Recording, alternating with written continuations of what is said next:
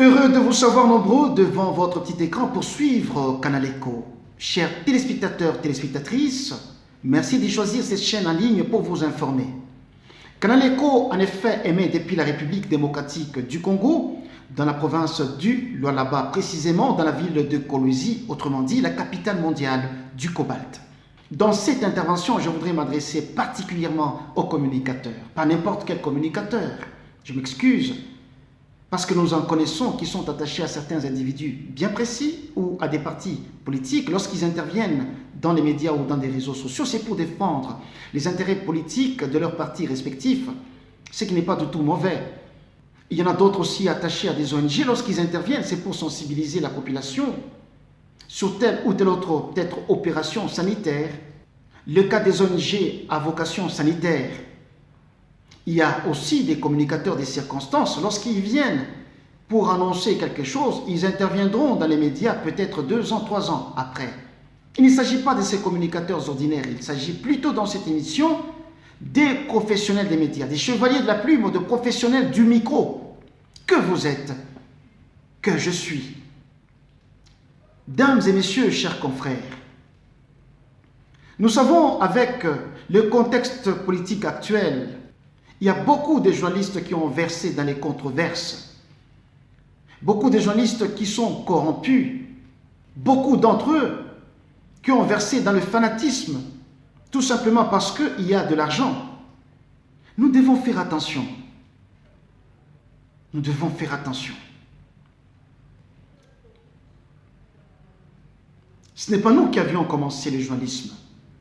Il y a ceux qui nous ont précédés. Il y a encore ceux qui viennent, qui sont encore sur le banc d'école. Il y a d'autres qui sont à l'université, qui apprennent. Auront-ils le goût vraiment de pratiquer cette profession quand ils nous voient, nous, verser dans les polémiques qui n'ont rien à faire avec notre profession? Chers confrères, cette profession est passionnante. Mais aussi, elle est pleine de servitudes. C'est vrai. La politique actuelle dans notre pays, si vous voulez avoir un peu d'argent, il va falloir que vous puissiez œuvrer pour des personnages politiques, pour leurs intérêts.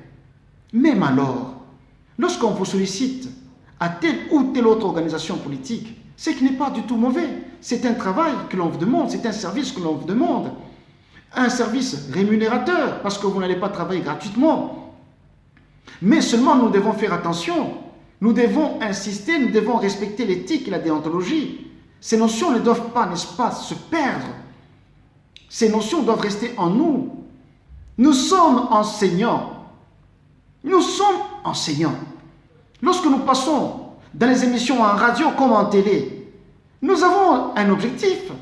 Nous avons une devise.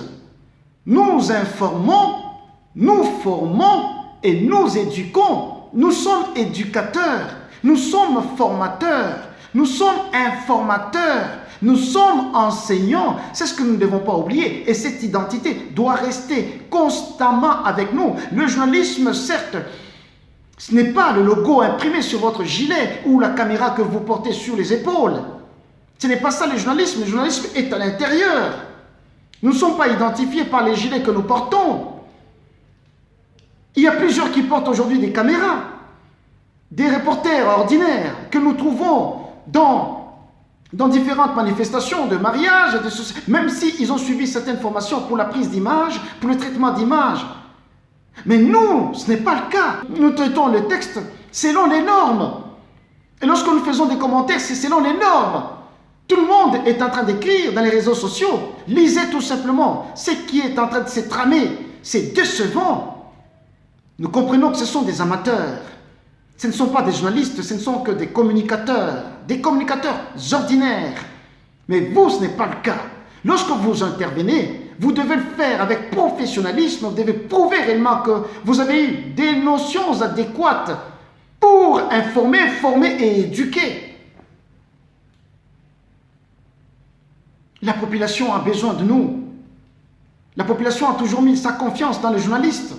Quel journaliste a dit, c'est la vérité. Mais malheureusement, toutes les informations qui passent dans les médias aujourd'hui, par certains de nos confrères, c'est grave. C'est grave.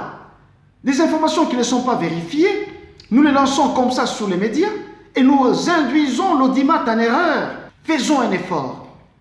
Même si un politique vous prend à ses côtés, vous travaillez pour lui ou pour elle, vous devez faire attention.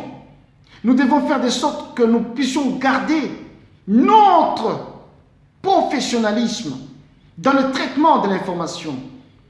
Si vous sentez que l'on vous presse à faire ce qui ne cadre pas avec votre profession, vous êtes libre de démissionner et ainsi vous gardez votre personnalité. Vous ne devez pas flancher à n'importe quelle proposition, même si c'est de l'argent, à moins que vous renonciez au métier du journaliste et soyez un communicateur, un fanatique. Là, on va vous comprendre. Même si vous appartenez dans une organisation autre que la profession, mais vous devez maintenir le rythme et ça vous fait respecter. Et là, ça vous donne du crédit. Regardez comment est-ce que les choses se passent dans notre province, dans notre pays. Ce n'est pas seulement au Lualaba, dans plusieurs provinces. C'est depuis Kinshasa. Des journalistes versent dans n'importe quoi. Mes frères, nous avons le devoir de nous rappeler l'éthique et la déontologie. Nous avons ce devoir sans se poser trop de questions. C'est pourquoi dans toute organisation, il y a ce qu'on appelle la remise à niveau, le renforcement de capacité. On doit se rappeler. On a toujours dit que la répétition est la mère de la science.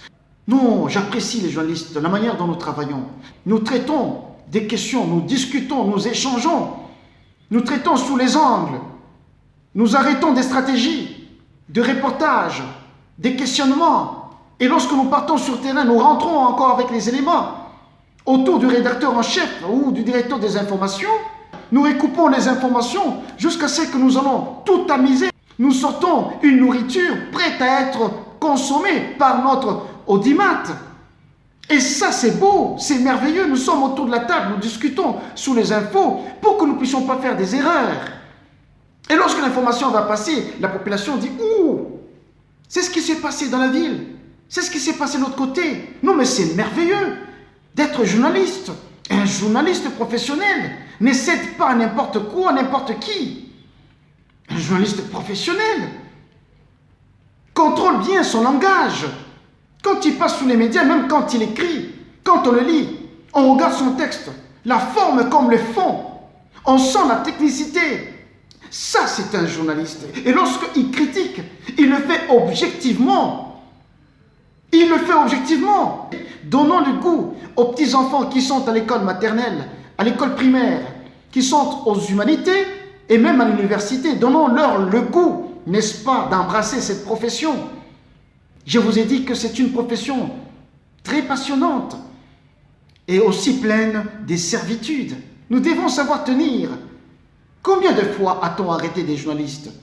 Combien de fois a-t-on mis les obstacles devant les journalistes? Combien de fois les a-t-on étouffés? Et combien de journalistes ont été derrière les barreaux, à travers le monde, à travers la République? Mais n'oubliez pas que nous sommes le quatrième pouvoir. Même si la Constitution ne le dit pas expressément et clairement, c'est le quatrième pouvoir. Nous ne sommes pas des dieux, mais nous fabriquons des politiques. Et nous avons encore le pouvoir de chambouler les choses. Mais si nous devons le faire, faisons-le très bien, avec technicité. Parce que des journalistes savent parler. Des journalistes savent écrire. Des journalistes savent haranguer les foules. Nous le faisons. Vous le faites. Bravo. Et même tous les journalistes qui me suivent à Kinshasa. Un coup de chapeau. Persévérez. Mais il ne faut pas passer pour insulter. Ne passez pas pour mépriser les politiques. Encouragez ceux-là qu'il faut encourager. Découragez ce qu'il faut décourager. Émettez des critiques objectives, constructives, parce que la population a foi en nous. S'il n'y a pas de communicateurs, rien ne passerait. S'il n'y a pas de journalistes, rien ne serait connu. Si le monde aujourd'hui est informé, c'est parce que nous sommes là et disponibles. Oh, chers journalistes, quel travail que vous faites! Un travail très dur et difficile. Dur et difficile. C'est vrai, nous n'allons pas faire plaisir à tout le monde. Il y a des informations qui fâchent, qui énervent. Mais nous faisons notre profession. Mais nous devons aussi faire attention. Dans le contexte politique actuel dans notre pays, avec tout ce qu'il y a, des contradictions, des montages, des pièges. Rentrons ici en province, dans notre province. Je nous sensibilise à cultiver le bon sens de notre profession. Nous ne devons pas commettre encore des erreurs. Nous sommes professionnels. Nous gérons les politiques. Tout à l'heure, je vous ai dit, c'est nous qui pouvons, n'est-ce pas, les fabriquer par notre façon de parler. Nous pouvons corriger ce qu'il y a à corriger. Nous encourageons ce qu'il y a à encourager. Parce qu'avec notre pouvoir, nous pouvons tout détruire. Nous pouvons détruire les politiciens. Nous pouvons détruire la présidence de la République, le gouvernement. Et nous pouvons opposer les gens entre eux. Ne jouons pas à ce jeu. Le pouvoir, nous l'avons. Attention, lorsque nous commençons à pratiquer notre profession de cette façon-là, c'est comme ça que certains d'entre nous se retrouvent derrière les barreaux. Et ce n'est pas sérieux. Nous avons le devoir, ce strict devoir, de vérifier toutes les informations avant de les diffuser. Parce que si nous les diffusons, que ce soit dans les réseaux sociaux, que ce soit dans l'audiovisuel, et si ce sont des fausses informations, eh bien, nous aurons les retombées de nos actes. Nous aurons les retombées. Des regrettables retombées.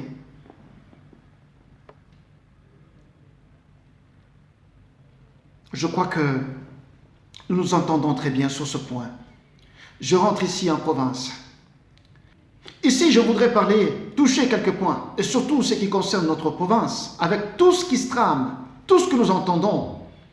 Non mais écoutez, le pays a des institutions. Je remercie le président de l'Assemblée provinciale, sa sagesse, malgré tout ce qu'il a entendu. Nous ne devons pas nous verser dans les polémiques. Nous devons du respect à nos dirigeants. Ils ne sont pas saints. Ils peuvent commettre des erreurs. Mais écoutez, il y a des institutions pour poser tel ou tel autre acte. Nous qui sommes journalistes, nous devons relayer leurs messages pour sensibiliser la population sans tendance aucune, sans discrimination aucune, sans fanatisme. En toute impartialité, nous relayons le message. Par exemple, l'intervention du président de l'Assemblée provinciale. Nous pouvons prendre, nous débattons pour que la population de là-bas puisse s'apaiser par rapport à tout ce qui se dit dans les médias. Il y a trop de mensonges, il y a trop d'exagérations. Nous ne devons pas, nous aligner sur cette philosophie. Nous devons plutôt corriger la communication. Nous devons du respect à ceux qui nous dirigent. Si ils ont commis des erreurs dans la gestion, nous critiquons objectivement, sans tendance, sans parti pris.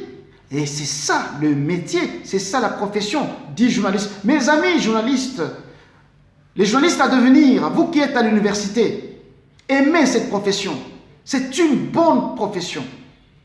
C'est comme les arachides, lorsque nous sommes en train de les consommer, il y en a quelques graines qui ne sont pas bonnes, nous les jetons, nous prenons ce qui est bon.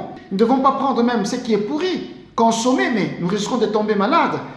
Nous devons savoir disséquer, nous ne devons pas prendre tout en bloc et diffuser. La population a besoin de l'information, mais avant qu'elle consomme cette information, nous devons bien la vérifier. Nous devons bien la traiter. Nous avons l'obligation. Personne ne peut accepter de consommer un plat mal préparé. Personne. Ne vous découragez pas, chers frères et sœurs qui êtes à l'université, qui venez nous rejoindre dans cette merveilleuse profession, une profession noble. C'est le 4e pouvoir, je viens de vous dire. C'est le 4e pouvoir. Le gouverneur Mouyège n'est pas n'importe qui.